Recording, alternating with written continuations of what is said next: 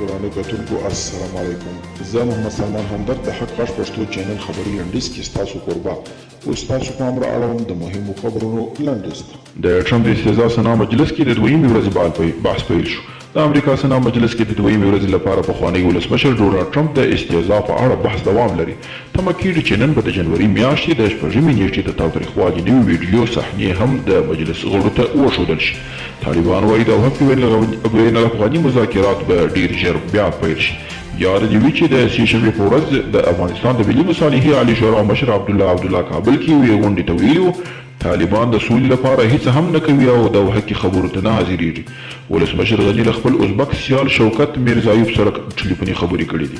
د ارګ د معلوماتو له مخې په دې ټلیفوني مکالمه کې دواړو لورو د دوه اړخیزو اړیکو د افغانستان د سولې پروسې او سیمه ییز اتصال په اړه خبرې اترې کړې دي. او بې پوله خبریالان وایي آذربایجان د خبریال اسلانوف ته مرستې برابرې کړي. د بې پوله خبریالانو ټولنې پر آذربایجان غږ کړی چې ژر تر ژره هغه خبریال ته روغتیایي مرستې برابرې کړي چې له 19 میاشتې راهیسې په بند کې دي او له څه باندې یوې اونۍ راهیسې یې د نه خوړلو اعتصاب پیل کړی.